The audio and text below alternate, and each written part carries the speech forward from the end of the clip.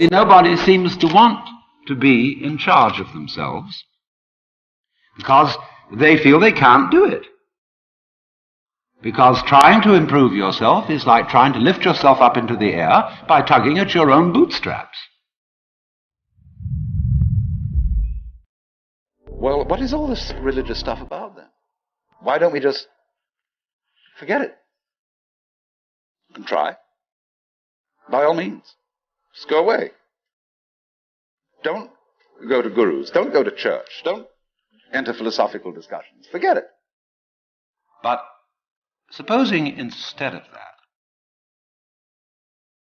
seeing that there isn't really anything we can do to improve ourselves or to improve the world, if we realize that that is so, it gives us a breather in the course of which we may simply watch what is going on.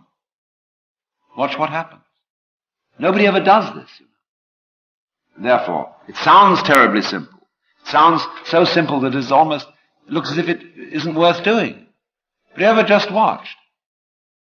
Watch what's happening and watch what you are doing by way of reaction to it. Just watch it happen. And don't be in a hurry to think you know what it is. In other words, people look at say, oh, that's the external world. Oh? How do you know? This real world is not spiritual. It is not material. So, could we look at things in that way? Without, as it were, fixing labels and names and gradations and judgments on everything, but watch what happens. When you are in this way freed from busybodiness and being out to improve everything, that your own nature will begin to take care of itself. Because you're not getting in the way of yourself all the time.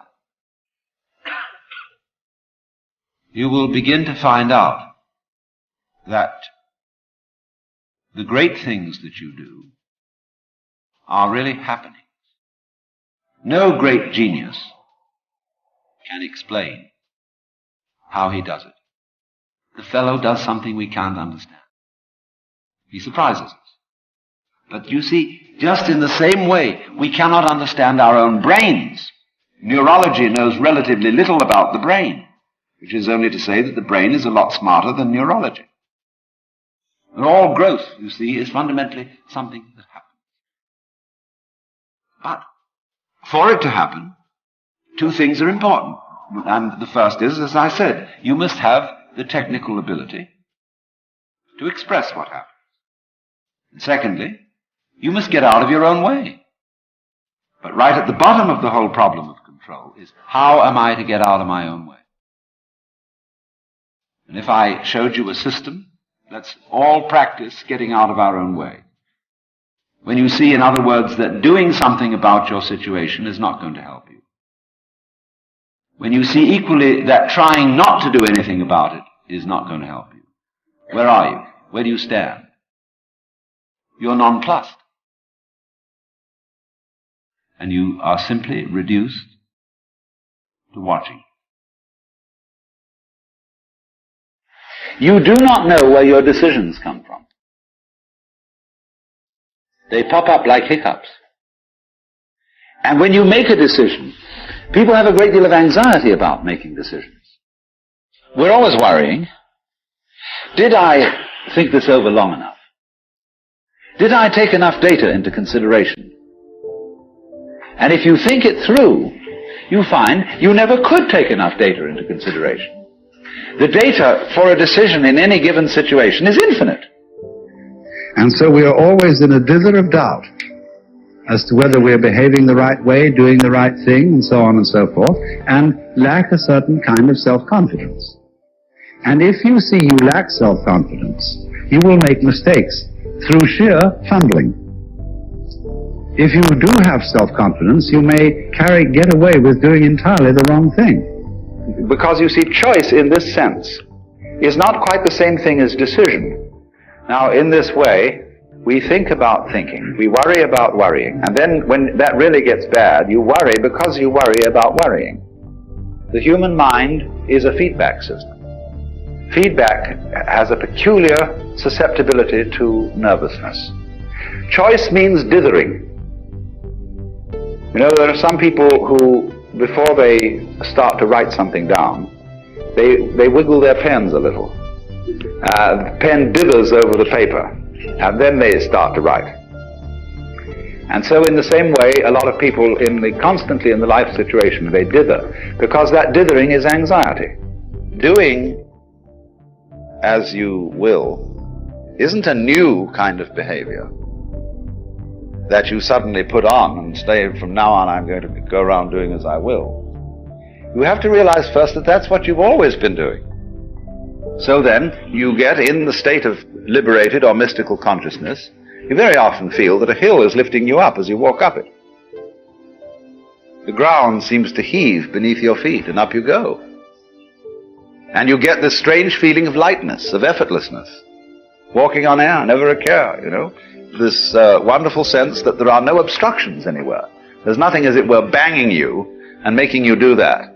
It all flows together. And that's a very common sense. You are actually, in that state of consciousness, you are perceiving the goings-on, the Tao, the course of nature, in the way it's happening. But in the ordinary way, you've been conditioned to resist it, to fight it, and to use those sensations of resistance to create a sensory basis for what you describe as the ego. You have to regard yourself as a cloud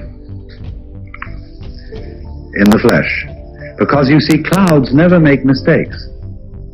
Did you ever see a cloud that was misshapen? Did you ever see a badly designed wave? No, they always do the right thing. Now, so as a matter of fact do we, because we are natural beings just like clouds and waves.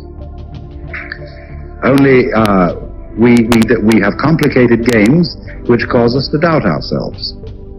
But if you will treat yourself for a while as a cloud or wave and realize that you can't make a mistake, whatever you do, because even if you do something that seems to be totally disastrous, it'll all come out in the wash somehow or other. Then, through this capacity, you will develop a kind of confidence, and through confidence you will be able to trust your own intuition.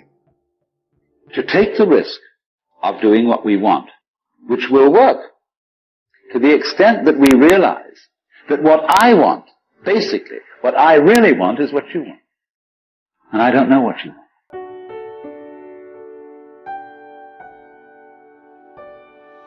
Thank you for listening. I love you.